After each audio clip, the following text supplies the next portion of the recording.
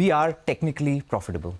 Okay. The numbers that you see reflected on our financial statements are because of the accounting impact.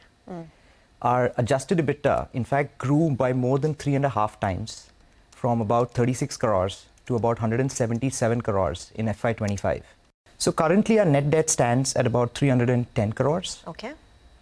Post the IPO, we are also repaying close to about 114 crores of high cost debt. And the company is in fact going to turn net positive right after IPO. We will be net debt positive, so we will be debt free. Debt free. And what about at the bottom line? So our bottom line, just to give you a perspective, has actually grown by more than 3.5 times in the last 3 years. So the last year's numbers in FY25 was 176 crores. And technically, if we exclude the accounting impact. So could you give us those numbers? Now I can see FY25 revenue, operating revenue was about 1374 crore rupees. Your EBITDA was about 857 crore rupees, and you come up with an EBITDA margins of 63% thereabout. Break it down for us line by line after this. Absolutely. So once we take the about 850 crores that you just mentioned, the first adjustment that you would basically make is for the lease rentals that we end up paying, which is close to about 650 crores.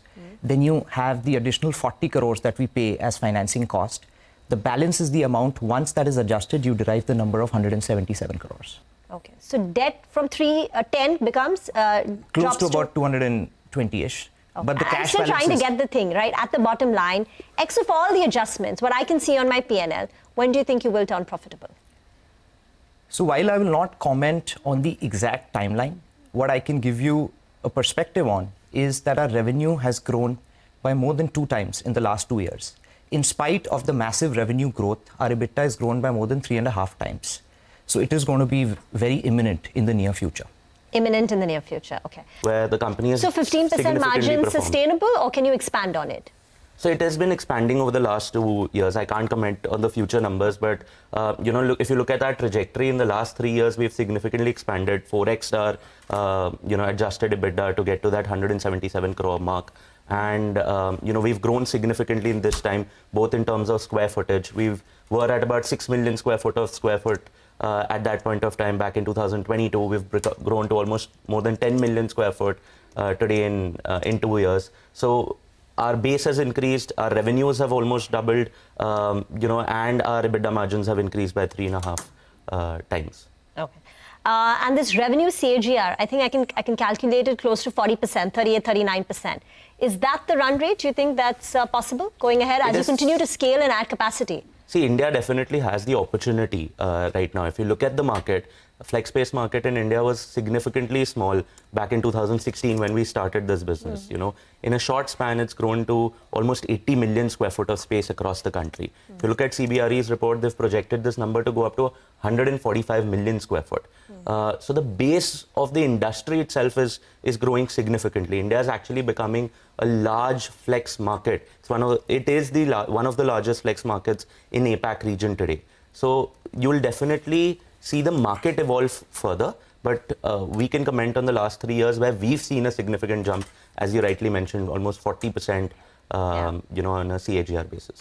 And today, I think you've got 10 million plus square feet in terms of what you're operating. Yes. How will the number change? I mean, what are your ambitions 2 to 3 years down the line? And even geographically, would you be looking to expand into tier 2 cities or go deeper in Singapore or add any other international markets?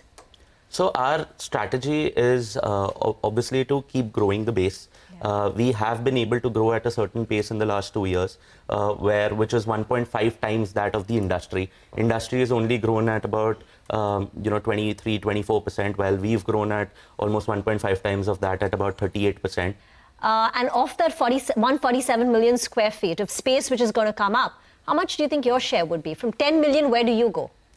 So I think I can't comment on the future numbers, but what we can say is that we have grown faster than the industry. 1.5 times. Again, 1.5 times faster than the industry. It is because of our model choice of what SmartWorks really does.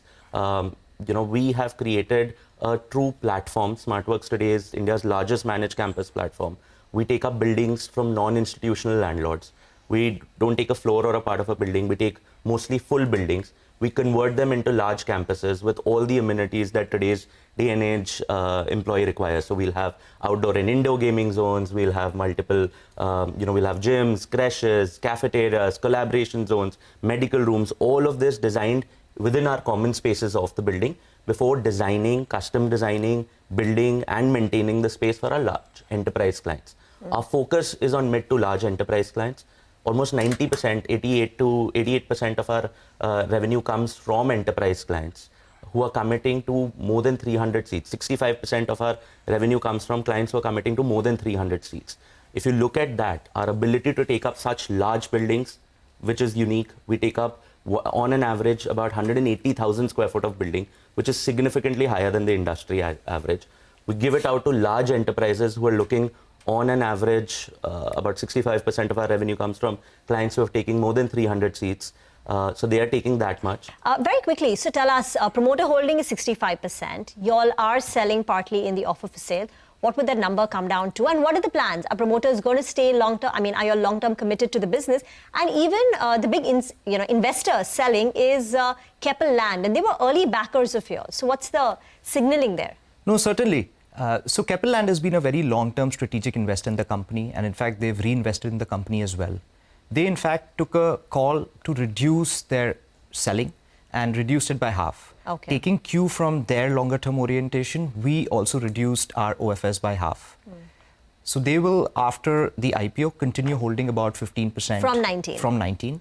As promoters, we'll continue holding close to about 59%. And the relationship with Keppel is such that we last year acquired both of their co-working spaces in Singapore. And happy to share with you that today they are both profitable. Who are some of the other big investors in the company? So today we've got a very good set of marquee investors, which include high-quality family offices such as Ananta Capital, Hexaware, Jagdish Master from the Enam Group. We also have Deutsche Bank, who owns 1% stake in the company. And we do have angel investors. So Mr. Madhu Kela invested in through Mahima Stocks, which was back in 2017, and he has continued to reinvest in the company.